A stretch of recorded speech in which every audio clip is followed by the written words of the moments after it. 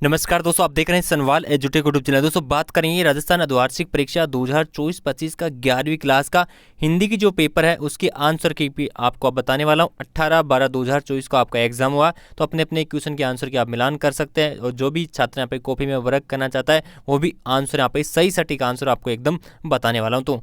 तो बात करते हैं यहाँ पे जो पेपर है उसके आंसर के बारे में। जी हाँ दोस्तों, ये है 11वीं क्लास का अर्धवार्षिक परीक्षा का 2024-25 का पेपर है हिंदी का। हिंदी जो अनिवार्य है उसका पेपर है। 3 घंटे 15 मिनट का एग्जाम और मैक्सिमम मार्क्स 70 नंबर इसमें दे रखे हैं। तो सबसे पहले हम बात करते हैं खंड ए के अंदर जो पहला क्वेश्चन है। पहले क्वेश्चन में क्या है, अपठित पद्यांश दे रखा है, उसको पढ़कर आपको जो भी क्वेश्चन दिए गए उनके क्वेश्चनों के आंसर के बताना होगा। तो इसके आंसर आप लिख सकते हैं, अपनी कॉपी में आंसर लिख सकते हैं। पहला क्वेश्चन पूछा प्रस्तुत पद्यांश का उचित शीर्षक क्या है, तो पहला क्वेश्चन में से ऑप्शन हो जाएगा जल का संरक्षण, बिल्कुल राइट आंसर होगा।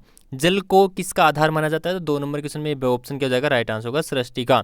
तीसरा आता है अमृत का पर्यायवाची है, तो तीसरे क्वेश्चन में द ऑप्शन क्या हो जाएगा, राइट आंसर हो जाएगा सुधा। नेक्स्ट बात करते हैं 4 नंबर क्वेश्चन, कवि ने किसे माँ का आंचल कहा है, तो 4 नंबर क्वेश्चन में ब ऑप्शन क्या हो जाएगा, राइट आंसर होगा नदी या ताल। बंजर का अर्थ क्या है, तो इसमें आ जाएगा स ऑप्शन ऊपर। उसके बाद में आता है इसके अंदर ही दे रखा है अपठित गद्यांश दे रखा है, वो पद्यांश है, ये गद्यांश है, इसको पढ़कर नीचे के दिए गए जितने भी क्वेश्चन है उनके आंसर के यहाँ पे बताना होगा। तो पहले क्वेश्चन आता है श्रद्धा का व्यापार स्थल कैसा रहा, तो यहाँ पे इसमें आ जाएगा ब ऑप्शन आ जाएगा, राइट आंसर है विस्तृत आ जाएगा। उसके बाद में आता है कर्म का स्मारक किसे बताया गया है, तो दूसरे क्वेश्चन में स ऑप्शन क्या हो जाएगा, राइट आंसर हो जाएगा स ऑप्शन का मतलब कर्ता। नेक्स्ट आता है कर्ता को कर्म से क्या प्राप्त होता है, तो तीसरे क्वेश्चन में ब ऑप्शन राइट आंसर हो जाएगा। 4 नंबर में किसमें घनत्व अधिक होता है, तो 4 नंबर में स ऑप्शन क्या हो जाएगा, राइट आंसर हो जाएगा। ठीक है, प्रेम। नेक्स्ट आता है कर्ता अपने सत्कर्मों से क्या बन जाता है, तो 5 में ए ऑप्शन हो जाएगा शक्ति केंद्र। उसके बाद में आता है 2 नंबर क्वेश्चन। 2 नंबर क्वेश्चन में पूछा है रिक्त स्थानों की पूर्ति करना होगा। अविकारी के मुख्यतः कितने भेद होते हैं, यहाँ पे इसके भेद होते हैं 4। दूसरा था जिन शब्दों का मूल संस्कृत में है बिना रूप परिवर्तन के हिंदी में प्रयुक्त इन शब्दों को क्या कहते हैं, तत्सम शब्द कहते हैं। क्या कहते हैं, तत्सम शब्द कहते हैं। तीसरा था जिसका शत्रु कोई शत्रु नहीं हो, इस वाक्यांश के लिए एक शब्द आपको प्रयुक्त करना होगा, तो इसमें आएगा अजात शत्रु। अजात शत्रु आ जाएगा इसका राइट आंसर। नेक्स्ट आता है जिस वाक्य में केवल एक उद्देश्य और एक ही विधेय होते हैं उसे क्या कहते हैं, सरल वाक्य कहते हैं, तो इसमें आएगा सरल वाक्य।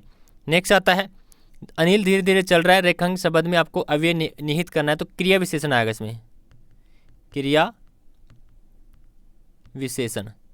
नेक्स्ट आता है ऐसे शब्द जो समान अर्थ वाले प्रतीत हो किंतु अर्थ स्तर पर सूक्ष्म स्तर हो शब्द कहलाते हैं एकार्थक शब्द कहते हैं। नेक्स्ट आता है 3 नंबर क्वेश्चन, अति लघुत्तम प्रश्न यहाँ पे दे रखे हैं। 1 नंबर क्वेश्चन है लता की लोकप्रियता का मुख्य मर्म क्या है, तो इसका आंसर लिखते हैं गानपन है। क्या है, गानपन। नेक्स्ट आता है दूसरा क्वेश्चन, आलो अंधारी पाठ की साहित्यिक विधा क्या है, आत्मकथा। नेक्स्ट आता है तीसरा क्वेश्चन, संचार की परिभाषा लिखे, तो संचार की परिभाषा लिखते हैं सूचना और विचारों का आदान प्रदान करना संचार कहलाता है। सूचना और विचारों का आदान प्रदान करना संचार कहलाता है। फीडबैक किसे कहते हैं, फीडबैक में आप लिख सकते हैं किसी व्यक्ति के व्यवहार या कार्यवाही के बारे में दी जाने वाली सहायक जानकारी को फीडबैक कहते हैं। पूर्णमासी का चांद किसे कहा गया है, मासिक वेतन को कहा गया है, तो इसमें लिख सकते हैं आप मासिक वेतन। नेक्स्ट आता है कबीर के अनुसार किसे देखकर लोग माया में मोहित हो जाते हैं, तो इसमें लिख सकते हैं माया, यानी कि जो भौतिक संसार को देखकर, माया को देखकर लिख सकते हैं या भौतिक संसार को देखकर लिख सकते हैं। मियां नसरुद्दीन पाठ के अनुसार तालीम का क्या अर्थ है, व्यवहारिक ज्ञान, इसका राइट आंसर होगा व्यवहारिक ज्ञान। नेक्स्ट आता है ईश्वर नामक तीसरी शक्ति किन दोनों के मध्य व्याप्त है, तो इसमें आएगा प्रेम और ज्ञान। नेक्स्ट आता है शिव शंभु के चिट्ठे नामक रचना के रचनाकार कौन थे, इसमें आएगा बाल मुकुंद गुप्त था। कौन था, बाल मुकुंद गुप्त। नेक्स्ट आता है हिंदी में सोनेट छंद को स्थापित करने वाला कवि कौन था, त्रिलोचन शास्त्री। त्रिलोचन शास्त्री, ठीक है, इसका आंसर हो जाएगा। पालर पानी से क्या से है, तो सीधे बरसात से आने वाला पानी को जमीन पर आता है उसे पालर पानी कहा जाता है। उसके बाद में आता है 4 नंबर क्वेश्चन। इसके अंदर 2-2 नंबर के क्वेश्चन दिए गए, 40 शब्दों में लिखने होंगे। पहला क्वेश्चन आता है जनसंचार के प्रमुख 4 कार्य क्या है, तो इसका आंसर लिखेंगे सूचना देना। तो इसके 4 कार्य लिखेंगे, पहला है सूचना देना, दूसरा है शिक्षित करना, तीसरा है मनोरंजन करना और चौथा है राजी करना। शास्त्रीय संगीत में लता का क्या स्थान था, समझाना होगा। लता मंगेशकर ने शास्त्रीय रागों पर आधारित गीत गाए जिससे भारतीय संगीत को एक नई ऊंचाई मिली और वे सुरों की देवी मानी जाती है। तीसरा था कुएं और कुई में क्या अंतर, तो कुएं और कुई में अंतर आप लिख सकते हैं। पहला अंतर लिखेंगे कुआं बड़ा होता है और कुई क्या होती है, छोटी होती है। कुआं तो बड़ा होता है, कुई छोटी होती है। दूसरा अंतर लिखेंगे कुआं पानी निकालने के लिए होता है, कई जल संचय के लिए होता है। कुई क्या होती है, जल संचय के लिए होती है, कुआं पानी निकालने के लिए। तीसरा लिखेंगे कुआं सार्वजनिक होता है और कुई क्या होती है, निजी होती है। उसके बाद में आता है नेक्स्ट क्वेश्चन। नेक्स्ट क्वेश्चन क्या पूछा यहाँ पे, इसमें पूछा है ब्रह्मा के एकाकार के लिए कबीर ने किन मान्यताओं को प्रकट किया है, तो इसका आंसर आप लिख सकते हैं कबीर ने जाति, धर्म, पूजा पद्धति के भेद को नकारते हुए प्रेम, ध्यान, सत्य, ब्रह्मा तक पहुंचने का मार्ग बताया है। 5वां क्वेश्चन पूछा है अप्पू के साथ 2.5 साल पाठ के अनुसार शूटिंग के दौरान किन किन समस्याओं का सामना करना पड़ा है, तो इसका आंसर लिख सकते हैं शूटिंग के दौरान आर्थिक कठिनाइयाँ, स्थान और संसाधनों की कमी, स्थानीय लोगों का सहयोग पर प्राप्त करना चुनौतीपूर्ण रहा है।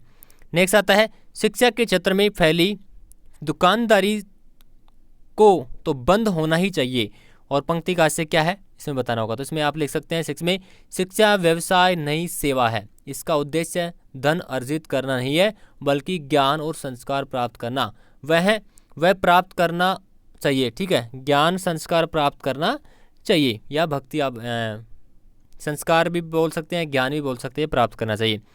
अक्क महादेवी के अनुसार इंद्रिय संयम रखने के लिए क्या क्या तरीके हैं, तो लिख सकते हैं इसमें भक्ति और साधन। दूसरा लिख सकते हैं सांसारिक इच्छाओं का त्याग। तीसरा लिख सकते हैं आत्मा को परमात्मा से जोड़ना। उसके बाद में आता है पद्यांश को प्रसंग सहित व्याख्या करेंगे। इसमें प्रसंग करेंगे, व्याख्या करेंगे और विशेष भी लिखेंगे। 3 नंबर का क्वेश्चन है, बड़ा क्वेश्चन है। अथवा के अंदर भी दे रखा है, दोनों में से एक करना होगा। 6 नंबर आता है गद्यांश की प्रसंग सहित व्याख्या करनी होगी। इसमें भी प्रसंग करना होगा, व्याख्या करना होगा, विशेष करना होगा। उसके बाद में इसमें अथवा में भी आपको देखने के लिए मिल जाएगा। 7 नंबर क्वेश्चन आता है नमक का दारोगा पाठ में निहित शब्दवर्तियों और अशब्दवर्तियों को तुलनात्मक अध्ययन करेंगे। 3 नंबर क्वेश्चन है, बड़े क्वेश्चन आपके बुक के क्वेश्चन है। अथवा के अंदर इसमें पूछा गया है मोहन जब लखनऊ गया तब वहाँ किन किन कठिनाइयों से जूझना पड़ा और मोहन की जगह होते तो आप क्या करते। उसके बाद में जो 8 नंबर आता है चंपा काले अक्षर नहीं चिंती, शीर्षक के औचित्य अपने शब्दों में लिखना होगा। अथवा में भी दे रखा है, दोनों में से एक करेंगे। 9 नंबर क्वेश्चन भी 3 नंबर के, तो ये 9, 10 जितने भी क्वेश्चन यहाँ पे दे रखे हैं सारे 3 नंबर के क्वेश्चन पूछा है। 10 में तो आपको पत्र ही लिखना है, ठीक है। और 11 नंबर क्वेश्चन में आपको एक संपादकीय लिखना होगा, यानी कि बढ़ते सांप्रदायिक अलगाव देश के लिए विकट समस्या पर। उसके बाद 12 नंबर क्वेश्चन में प्रतिवेदन तैयार करेंगे। आपके विद्यालय में कैरियर डे का आयोजन किया गया है। 13 नंबर क्वेश्चन में निम्न लिखेंगे 300 शब्दों के अंदर, ठीक है। पॉइंट बना के इसमें आपको निम्न लिखना होगा, चाहे किसी एक पर भी आप इसमें लिख सकते हैं। पेपर कंप्लीट हो चुका है, लाइक से सब्सक्राइब जरूर कर लेना। अभी भी किसी को डाउट है तो आप आंसर के में आप कमेंट से में डायरेक्टली हमें बता सकते हैं। धन्यवाद।